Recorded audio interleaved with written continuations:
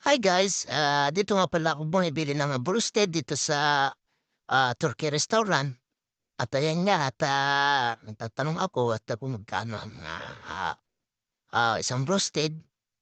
So ito nga at nagbabayad ako dito sa pinaka-counter at tinanong ko kung magkano ang babayaran ko at 36